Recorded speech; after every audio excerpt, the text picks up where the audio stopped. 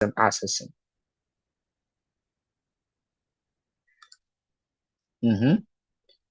Is an assassin. So an assassin basically is someone who is a professional killer.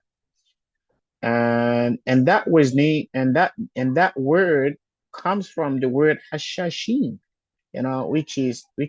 which happens to be one of the names, of Batinites, one of their labelings.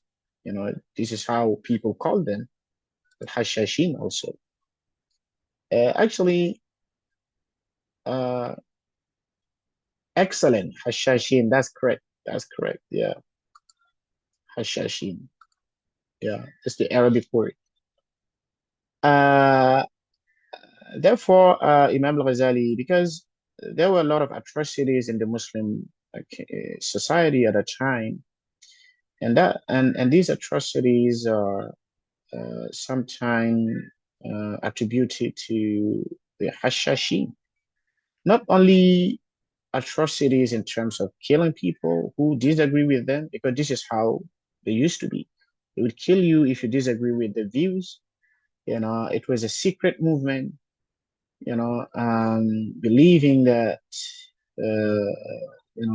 treating Muslims or Muslims as non-Muslims at a time.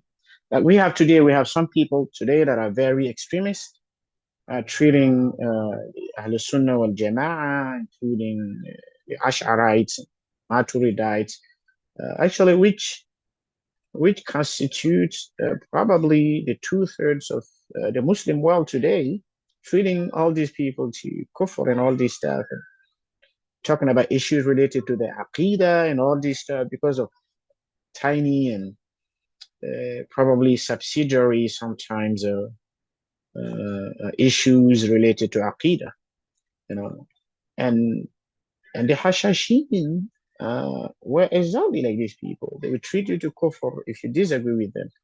They will even go further into killing you, assassinating you because of that.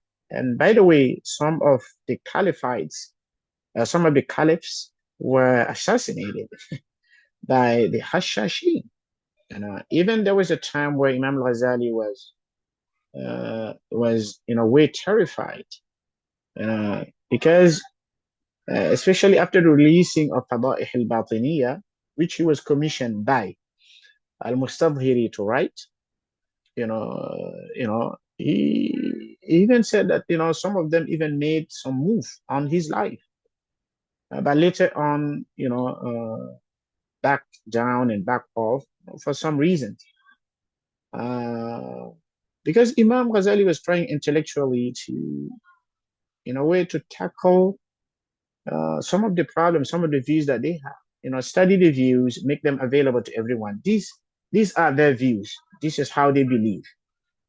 So they didn't want Imam Ghazali to make their views available to people because they believe that their views should be secret, and shouldn't be made available to everyone. So Imam Ghazali said, okay, I'm doing research.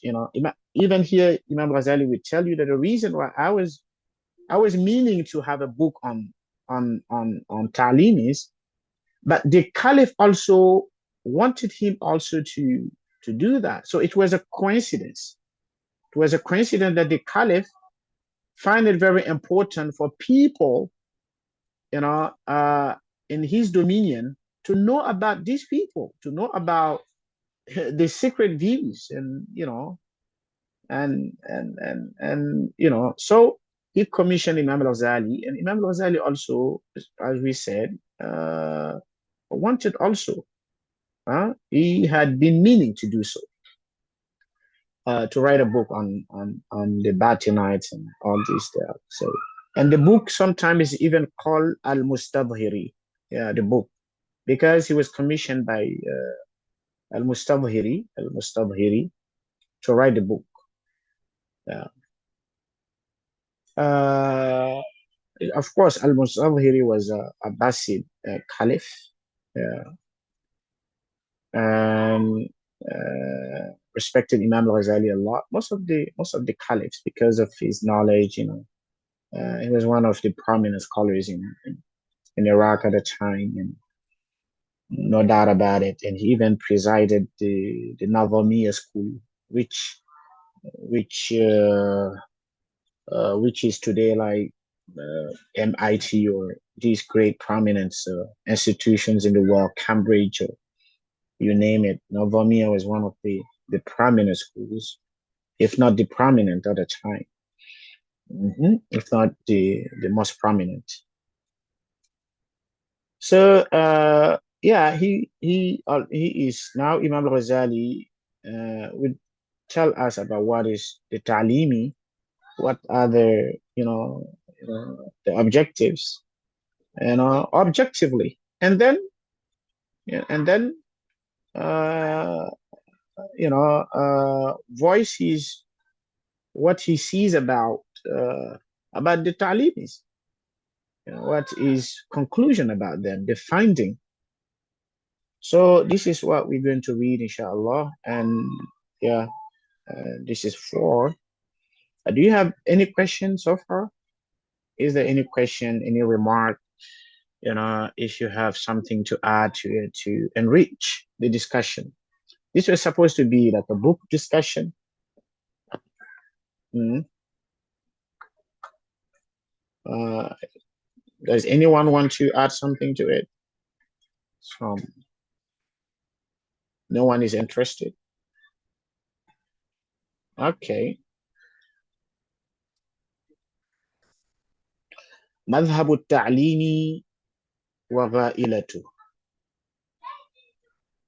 Okay. So مذهب التعليم means ta'limism. When you hear about madhab is a school in Arabic. Madhab, a school of thought. Yeah. So which equals to in English language the ism forms that one. So ta'limism, ta'limism, and gha'ilatu, and all the problems that surrounded that it is surrounded by. So this is what we're going to see. ثم إني لما فرغت من علم الفلسفة, then so he said, when I finished talking about philosophy, in my pursuit of truth, ثم إني لما فرغت, when I finished studying philosophy, وتحصيله وتفهمه من علم الفلسفة وتحصيله وتفهمه وتزييف ما يزيف منه, علمت أن ذلك أيضا غير واف بكمال الغرض. Subhanallah, he said, after I finished studying philosophy and go in detail into it and understanding it and analyzing it, and also explaining the zayf. Zayf is what is evil about it, what is not good about it. علمت أن ذلك أيضا غير واف. I came to know that even this is not enough to for me to achieve my objective, بكمال الغرض, to reach my what my objective. The objective is not yet achieved just by studying philosophy, as he said before, with what? With ilm al-kalam. Ilm al-kalam was not enough for me to reach the reality, to reach the truth, to achieve my objective of pursuing the truth. علمت ذلك. And I also knew أن العقل ليس مستقلا بالإحاطة بجميع المطالب. And I also knew deeply that reason cannot be independent, autonomous, as far as knowing things are concerned. بالإحاطة. Ihata here means to surround all what is needed to know, meaning that reason is restricted, and it cannot be autonomous, it cannot be independent in knowing all what is supposed to be known. ولا كاشفا للغطاء عن جميع المعضلات. Reason also is not able to, in a way, to reveal all the problems. وكان قد نبغت then now he would وكان قد نبغت نابغة التعليمية.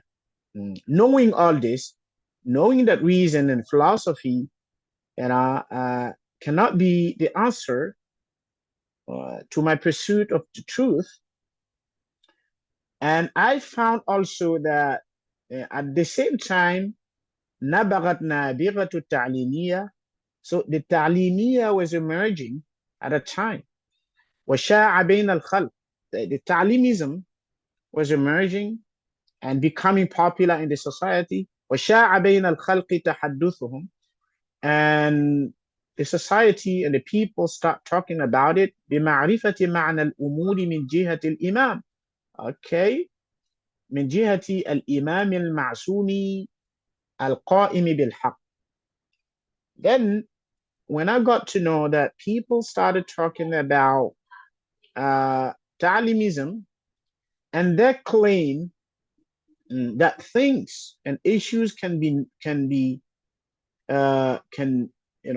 known, can be understood, can be explained through the Imam al-Ma'soom, al-Imam, because they believe that there is an Imam, Ma'soom. What is Ma'soom again?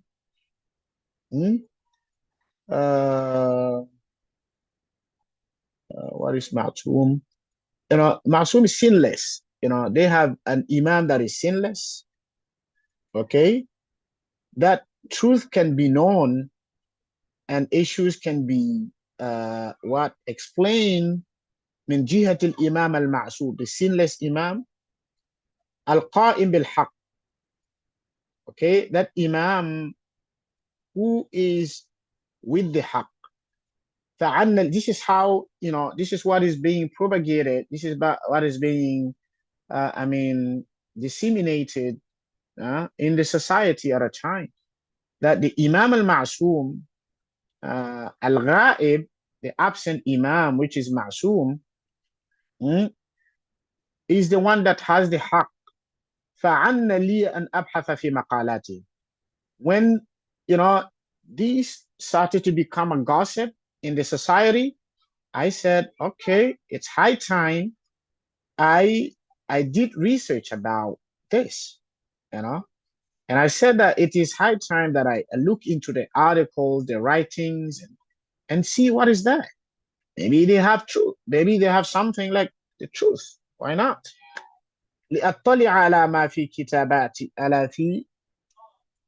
كتاباتهم. Sorry, let me. Am I sharing this? Am I sharing the? I'm not sharing it, right? SubhanAllah, I thought that I was sharing the. Okay, this is the. No. Okay. ثم اتفق أن ورد علي أمر جازم من حضرة الخليفة. Okay. So we were hearing about the Imam al-Ma'soom. Okay. And people, the gossip is everywhere. People are gossiping about that Imam, gossiping about the Ta'limism, and them claiming that the Imam knows everything, the Imam al-Ghaib. فَعَنَّ لِي. So, and this made me, start doing research, through the article, the writings, ثُمَّ اتَّفَقَ. At the same time that I was meaning to do that, اتفق أن ورد عليها أمر جاذب من حضرة الخلافة. It coincided with the caliph, the caliph sending me a command, a firm command, an order to do this. So it's by coincidence when I was thinking of really doing a research on Ta'limism and the Imam al-Ma'soom, because it was the talk of the tongue at a time, between, the people. So the Khalifa sent me an order, you know. Meaning he commissioned me to do that. بتصنيف كتاب يكشف عن حقيقة مذهبهم. So he commissioned to write a book that reveals the truth of their madhab, of their school of thought. فلم يسعني مدافعته. And I couldn't say no, I couldn't refuse, and no, I couldn't say no to the order of the caliph. وصار ذلك مستحثا من خارج. And this was another motivation, and from outside. I had the, I was self motivated. I wanted to do it, and then, this is what is it. ضميمة للباعث من البدء. So this outside motivation was added to myself, the self motivation, the inside motivation. فابتدأت بطلب كتبهم وجمع مقالاتهم. Then I started piling the books and collecting, the articles. وكان قد بلغني بعد كلماتهم المستحثة التي ولدتها خواتر أهل العصر. And before that, I actually heard about their statements that really pushed me,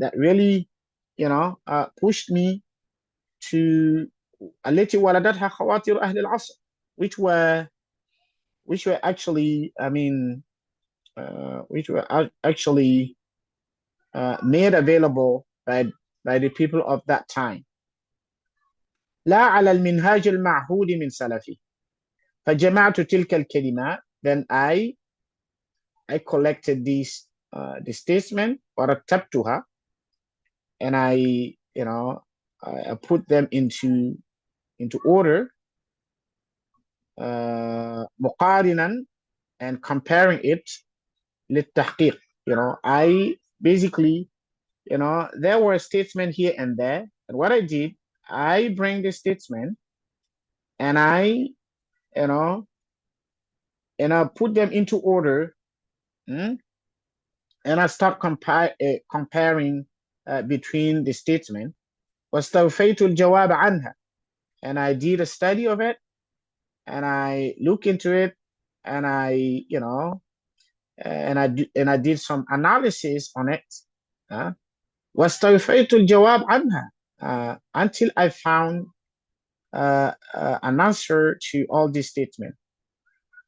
حتى أنكر بعد. So, okay, here Imam Ghazali is talking about something else. So when he became very motivated about it, and collecting the data about them, trying to find the statement here and there, which were all over the place, not well organized. So Imam Al-Ghazali, what he did, he took all the statements and organized the statement and put them into order. And really, if you read Fada'il al-Batiniyya, you will see that Imam Al-Ghazali, wow, he enumerated the statement in a very, based on topics, and discussing the statement topic by topic in a very logical way, in a very orderly manner. So this is what Imam Ghazali did. Okay. So when he did that, some people, criticized him of doing that. حتى أنكر بعض أهل الحق مبالغتي في تقرير حجتهم. Wow. في تقرير حجتهم. فقال. So, I did that to the extent of, the Imam Al-Ghazali, not only did he collect data and, put them into order, but also backed it up with evidence, their own evidence, because they were backing every single statement up with the evidence. And Imam Al-Ghazali did also that. So they said so, and this is their evidence. They said so, this is what they depend on, either from the Quran or from the Sunnah. Understand? Because they were backing up whatever they claim. So Imam al-Ghazali did so also, not only the statement, but also by backing up, with the with dalil. So some of the Muslims, some, among the Ahl al-Haq, I mean, not the Ta'limis, meaning the Sunnis at the time, they actually criticized Imam al-Ghazali, said, how can he do something like that? We think, they think that Imam al-Ghazali is exaggerating in that, in backing it up, and even making everything available and ordering that and organizing everything. So even among the Sunni, they were not so happy for Imam al-Ghazali doing so, because they believe that this way Imam al-Ghazali, as if Imam al-Ghazali were in a way propagating the ideas, and you know and even some defending them in a way. So this is what, this is the impression that they had. فقال هذا سعي لهم فإنهم كانوا يعجزون عن نصرة مذهبهم بمثال الشبهات أو لا تحقيقك لها. This is what they said. They said, okay, so what you did, the Batinite, the Ta'limi themselves were unable to do it.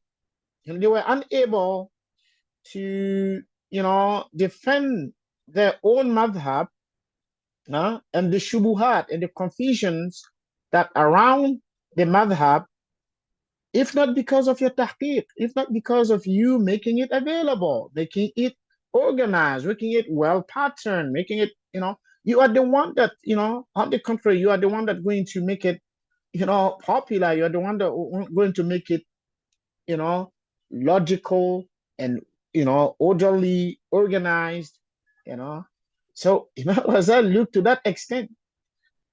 What he did is, a descriptive method, enumerating the statements, backing it up with their own dalil.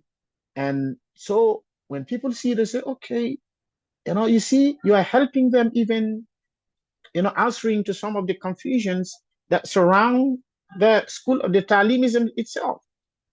وَتَرْتِيبُكَ إِيَّاهَ. So they were not so happy with what Imam al-Ghazali did among the Sunni people themselves. How can you do that?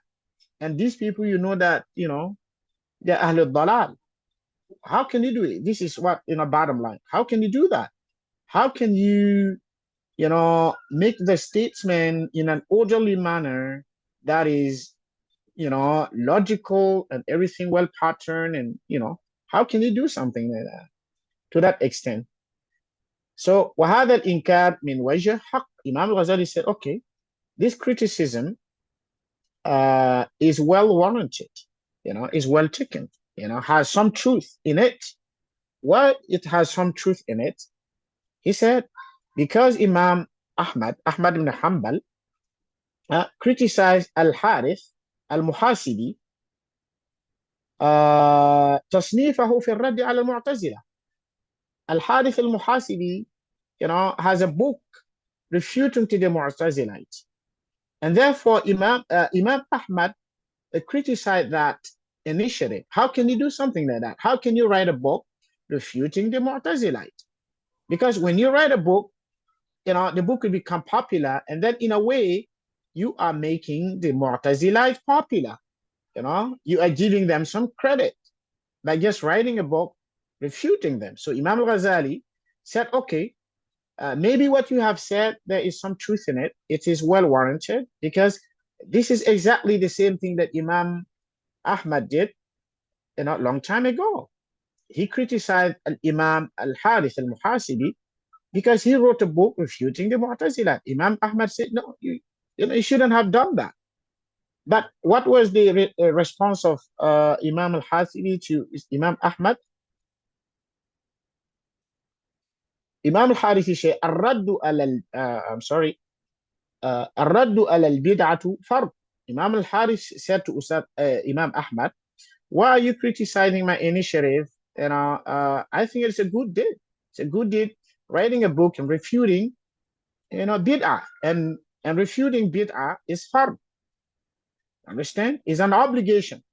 And Islam is an obligation. When we see bid'ah, when we see something that is innovation, something that is deviated from the right path, We should go out there and refute.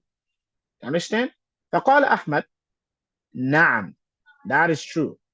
ولكن حكيت شبهتهم أولا ثم أجبت عنها. So what you, yeah, that is correct. But what you did first, you went, you descript, what you descriptively uh, wrote their ideas. So what you did, you first, collected data and orderly enumerated and wrote down their ideas. And then you answered to the idea. Then you refuted the ideas. Okay. So this is the problem, because when you do that first, then when people read your descriptive writing, they may believe, they may get confused, they may even they can even be carried away. Okay. فيما تأمن أن يطالع الشبهة من يعلق ذلك في بفهمه. How can you be certain? How can you be sure that this, this idea or shubha also can be misleading or misgiving or misunderstanding? So how can you know that this misgiving by the ta'limis may not stuck in the mind of some of the people, so you are not writing about their statement, and the statement we said are full of misgivings, right? So many people may read these misgivings and believe in it, like we are today. Sometimes people get carried away by some of the statements made by the so-called Western scholars and be obsessed with it. Understand? So he said, Imam Ghazali, exactly, Imam Ahmad said to Harithi, yeah, this is, if you do that, how can you be certain that what you have written, descriptively written down, will not be misunderstood, and some people end up falling into the trap of believing in it. وَلَا يَلْتَفِتُ إِلَى الْجَوَابِ. They may not read the refutation. They may read the shubha.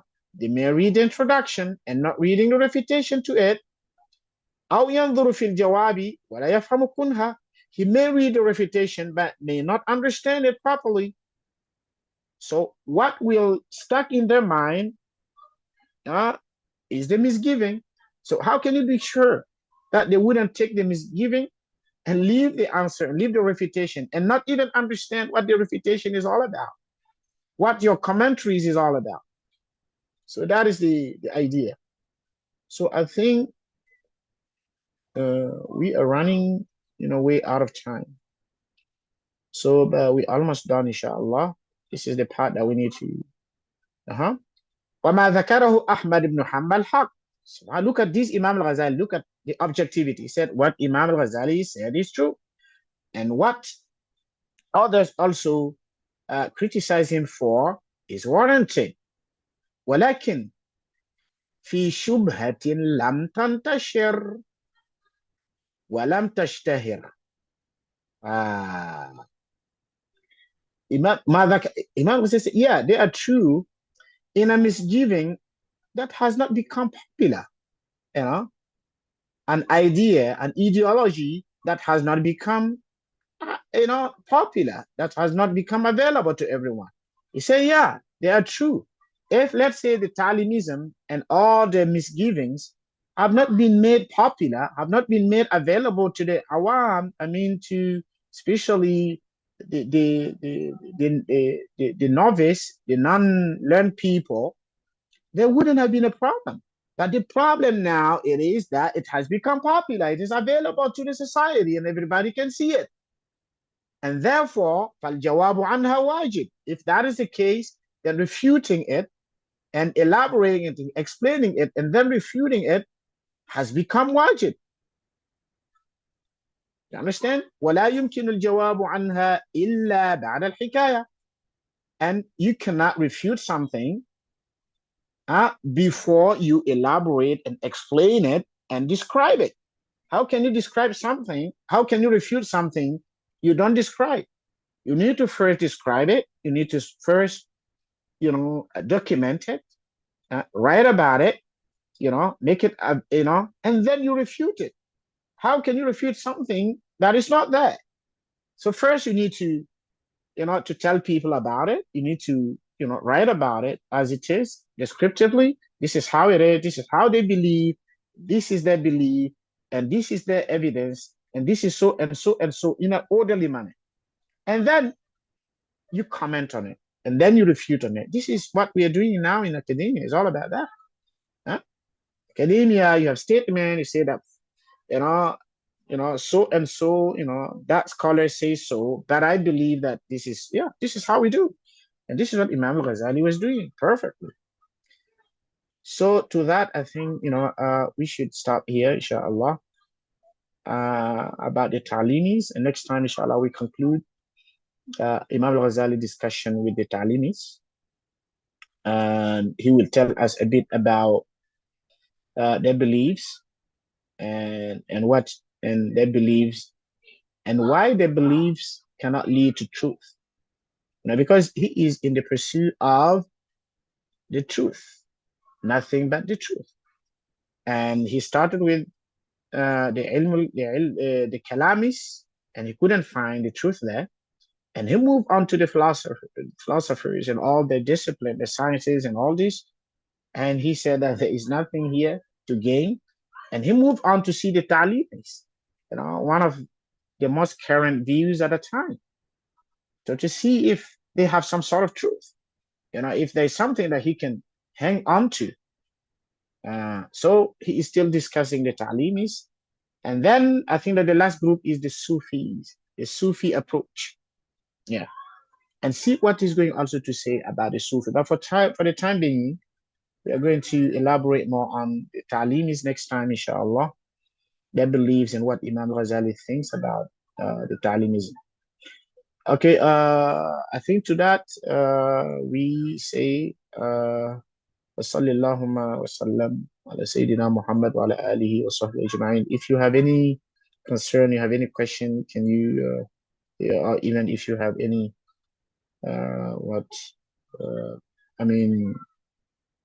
any comment or anything, feel free to do so.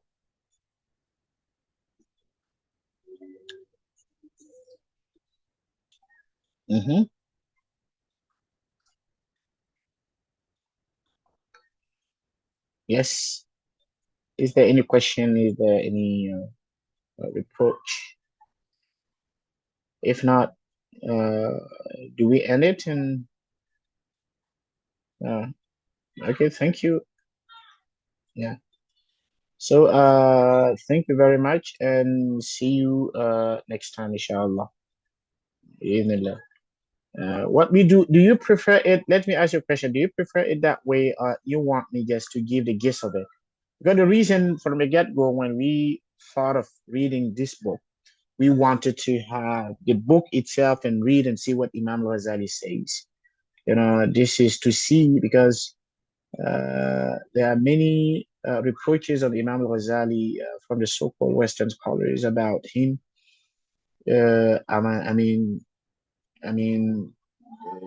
Doing away, or doing harm to philosophy and critical thinking in the Muslim societies. So we wanted to see that all these statements are hoax. There is no any substance to it. It's not true. This is what the passage is. You read it, it is there. It probably because some of them did not know Arabic, properly. They couldn't read Arabic properly. They couldn't understand properly. This is why the reason why they said that, or the impression. So this is impressionism. Their impression told them that. But what really pains me sometimes is to hear that from the so-called, Muslim academics, saying the same thing, repeating the same thing over and over again. This is what really pains me, which shows that, they are so obsessed with Western scholars something that Imam Ghazali was trying to go against.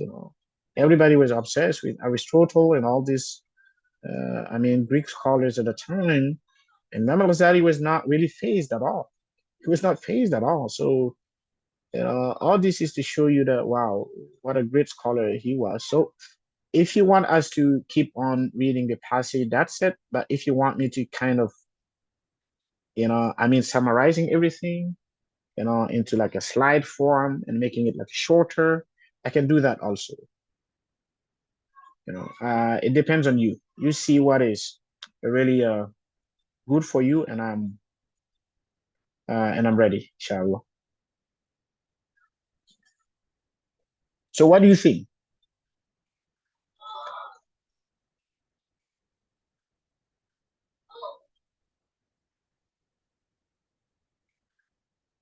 Yalla.